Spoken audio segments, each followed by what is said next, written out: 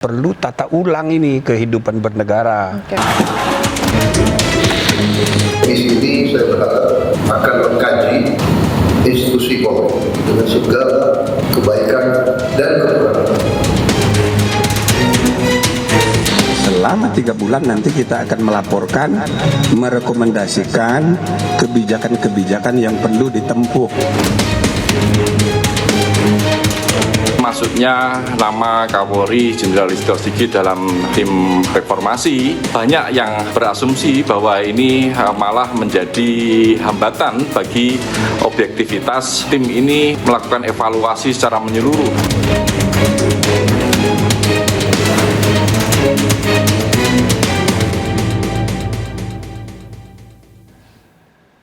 Ya pemirsa, Presiden Prabowo akhirnya membentuk Komisi Percepatan Reformasi Polri. Ketua Mahkamah Konstitusi periode pertama tahun 2003 hingga 2008, Jimli Asidiki, ditunjuk menjadi ketua.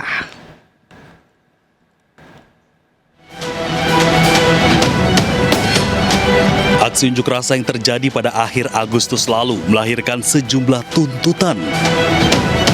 Salah satunya adalah reformasi kepolisian.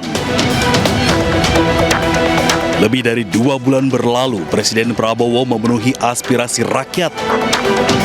Komisi Percepatan Reformasi Polri pun dibentuk. Komisi ini berisi 10 orang dari berbagai latar belakang.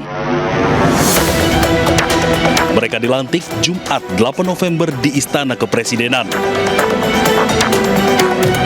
Usai pelantikan, Presiden Prabowo langsung memberikan arahan. Nantinya masa kerja Komisi Reformasi Polri tidak dibatasi. Namun, Presiden meminta laporan hasil kerja berkala. Tak hanya itu, Presiden juga meminta komisi ini memberi rekomendasi untuk mereformasi Polri. Komisi ini saya berharap akan mengkaji institusi Polri.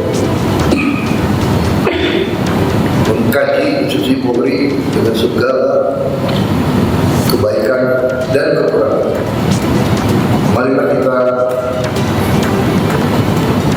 memikirkan kepentingan bangsa dan negara. Kita jangan takut untuk melihat kekurangan. Karena itu saya minta kepala kepolisian yang masih aktif hadir di komisi ini. Sementara pada September lalu, tidak lama setelah Presiden Prabowo menyetujui reformasi di tubuh kepolisian, mendadak Kapolri Jenderal Listio Sigit Prabowo mengumumkan telah membentuk tim transformasi dan reformasi kepolisian. Berisi 52 perwira tinggi, tim ini dibentuk untuk mengevaluasi seluruh program Polri. Apa sih Pak yang mendesak untuk dilakukan? Kita terus melakukan upaya transformasi dan reformasi untuk perbaikan. Artinya Polri selalu terbuka terhadap evaluasi, masukan dari luar untuk terus melakukan perbaikan bagi institusi baik dalam kegiatan-kegiatan kita maupun juga hal-hal yang diharapkan oleh masyarakat. Kini 2 tim telah dibentuk untuk reformasi kepolisian.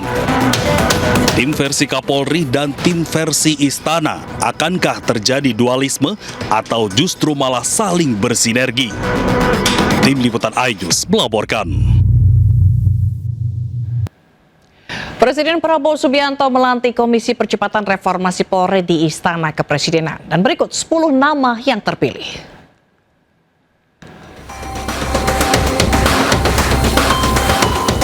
Jimli Asidiki menjabat sebagai Ketua Komisi Percepatan Reformasi Polri.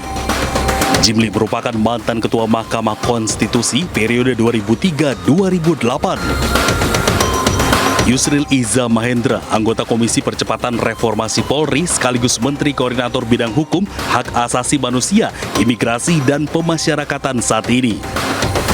Otto Hasibuan, anggota Komisi Percepatan Reformasi Polri sekaligus Wakil Menteri Koordinator Bidang Hukum, Hak Asasi Manusia, Imigrasi, dan Pemasyarakatan saat ini. Jenderal Purnawirawan Tito Karnavian, anggota Komisi Percepatan Reformasi Polri sekaligus Menteri Dalam Negeri saat ini. Supratman Andi Aktas, anggota Komisi Percepatan Reformasi Polri sekaligus Menteri Hukum saat ini. Mahfud MD, anggota Komisi Percepatan Reformasi Polri yang merupakan Menko Polhukam periode 2019-2024.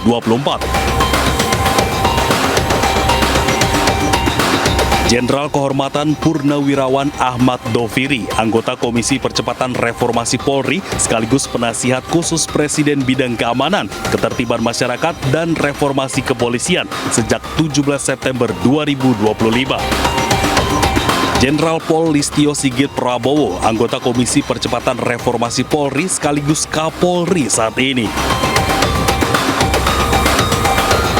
Jenderal Purnawirawan Idham Aziz, anggota Komisi Percepatan Reformasi Polri yang merupakan Kapolri periode 2019-2021. Jenderal Purnawirawan Badrodin Haiti, anggota Komisi Percepatan Reformasi Polri yang merupakan Kapolri periode 2015-2016.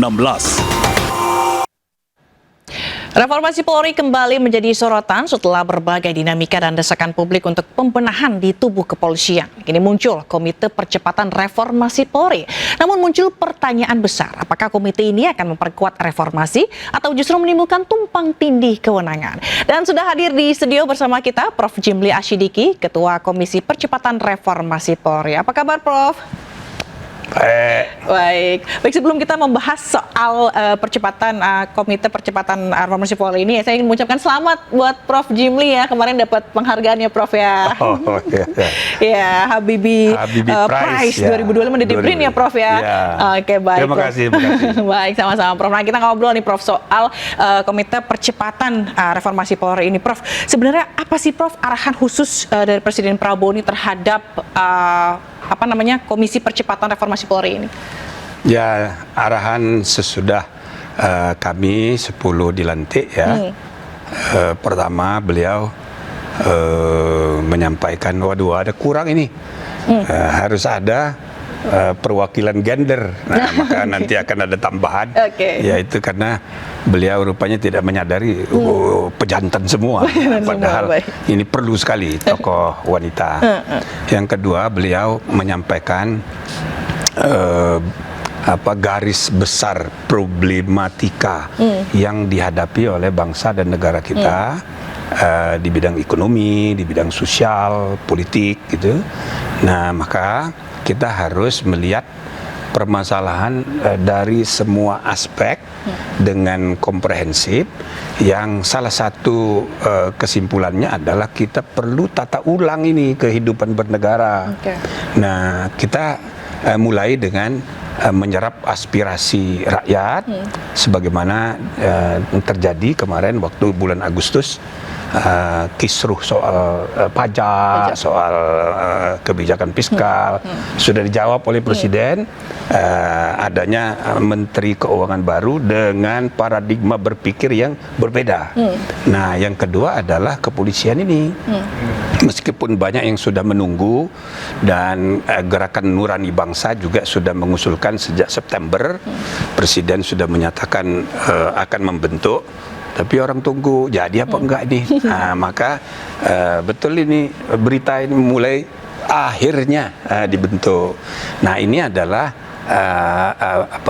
cermin dari sikap responsif Presiden untuk menanggapi, menjawab aspirasi rakyat. Maka dibentuklah. Tentu pembentukannya tidak mudah.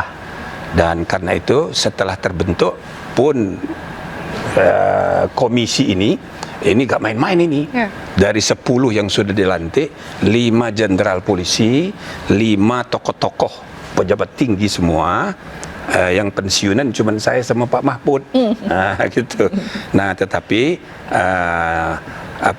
kami sudah mengadakan pertemuan perdana. Nah, kita sudah mengatur bahwa kita harus kolektif kolegial sebagai satu kesatuan yang mengemban tugas mulia meskipun disadari sangat berat. Nah, maka kita mulai besok hari Kamis mengadakan pertemuan perdana setelah rapat perdana internal. Maka hari Kamis besok jam 1.30 kami mengundang audiensi ya, Gerakan Nurani Bangsa yang tempo hari diterima oleh Presiden menyampaikan ide ini. Nah, besok Baik. kita mau gali Gali. apa detail dari harapan rakyat yang tercermin dalam sikap Oke. gerakan ini. Baik. Nah, terus kita ngomongin lagi tadi soal arahan juga gitu ya, bagaimana Presiden Prabowo ini ingin komisi ini tuh berjalan praktis dan transparan gitu. Apa yang akan dilakukan oleh Prof dan tim? Ya, karena itu kita bagi dua. Satu, rapat internal. Rapat internal itu kita sepakati seminggu sekali. Jadi setiap Kamis atau mungkin hari yang lain, tapi paling tidak setiap minggu kami sepakat mengadakan pertemuan dan melihat semangat dari anggota tim. Saya yakin ini selalu akan datang 10 orang. Oke. Kecuali kalau sedang di luar negeri. Nah, jadi ini semangat semua untuk menyelesaikan tugas ini. Nah, yang kedua, pertemuan-pertemuan dengan konstituen, dengan masyarakat. Nanti kita bagi segmennya. Segmen akademisi, segmen mahasiswa, segmen gerakan aktivis, dan macam-macam, termasuk Hotman Paris itu sudah kontak saya. Ini para senior advokat ingin bertemu. Saya bilang boleh, sebab pelayanan hukum yang dilakukan oleh para advokat selama ini, khususnya untuk bidang pidana, kan berhubungan dengan polisi dan jaksa. Aspirasi mereka kita perlu dengar juga. Nah, jadi semua kelompok-kelompok kepentingan mewakili aspirasi yang luas harus kita dengarkan. Tidak bisa lagi teknokratis semata dari balik meja, ya kan? Karena ini menyangkut aspirasi banyak orang. Itu tercermin kemarahan waktu bulan Agustus. Tapi tentu kita juga harus catat, bukan cuman polisi, semua lembaga negara ini harus dievaluasi, terutama di bidang penegakan hukum. Kan ujungnya di kehakiman. Cuma yang di depan, di garis depan, ya kan, adalah polisi. Ya, kita mulai dengan polisi dulu. Dan mandat yang diberikan kepada tim ini hanya urusan reformasi kepolisian. Baik, Prof. Sebelum kita lanjutkan, ini ada seorang pengamat kepolisian, Bambang Rukminto, yang menilai tim percepatan reformasi Polri ini tidak akan dapat bekerja secara maksimal lantaran di dalamnya terdapat mantan elit dari kepolisian.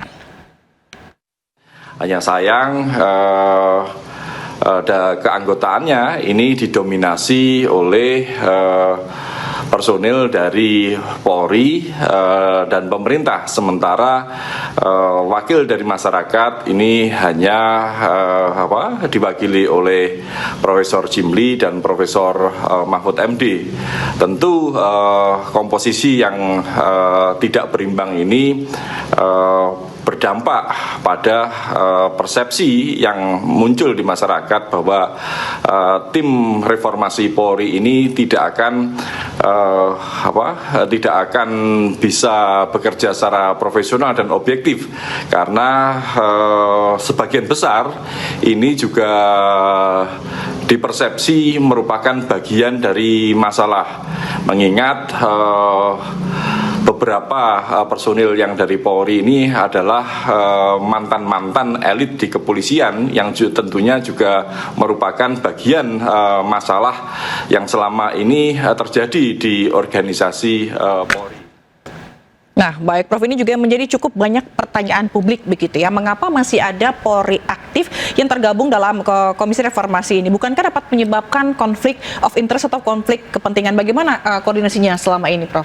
Ya, bisa kan kita baru mulai. Tapi perspektif macam-macam itu bagus saja dikemukakan. Jadi suara dari kanan, dari kiri, dari depan, pasti ya kesimpulannya itu berbeda-beda, dan itu harus kita maklumi aja. Nah, tapi bisa juga dilihat dari sisi positifnya. Adanya Kapolri dalam tim ini bagus, ya kan? Ini bisa jadi luck, keberuntungan sendiri. Kenapa? Karena kita bukan hanya ingin mengusulkan, merekomendasikan perbaikan kebijakan ke depan. Boleh jadi ada banyak juga hal-hal yang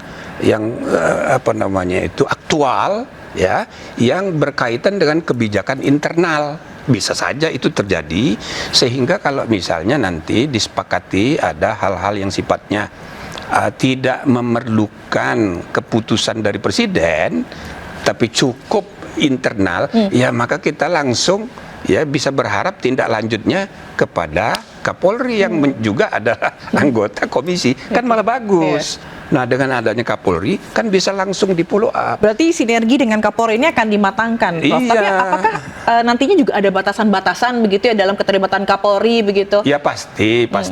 Kami pun kan tidak bisa ikut campur terlalu dalam kepada kewenangannya Kapolri. Berarti tidak akan adanya tumpang tindih ataupun konflik interest dalam Jangan hal ini gitu dilihat ya, Prof? begitu. Kita manfaatkan apa yang bisa kita lakukan supaya bersinergi. Tidak bisa kita mereformasi kepolisian tanpa keterlibatan internal polisi. Jadi bukan lagi sekedar untuk institusi, ya kan, bias institusi kita masing-masing gitu loh. Jadi be positif. Baik, untuk lebih jelas lagi mengenai batasan-batasan apa saja yang nanti akan dilakukan agar tidak terjadinya tumpang tindih dan juga konflik interest, kita akan mungkin bahas selanjutnya. Pemirsa jangan kemana-mana, tetaplah di The Prime Show.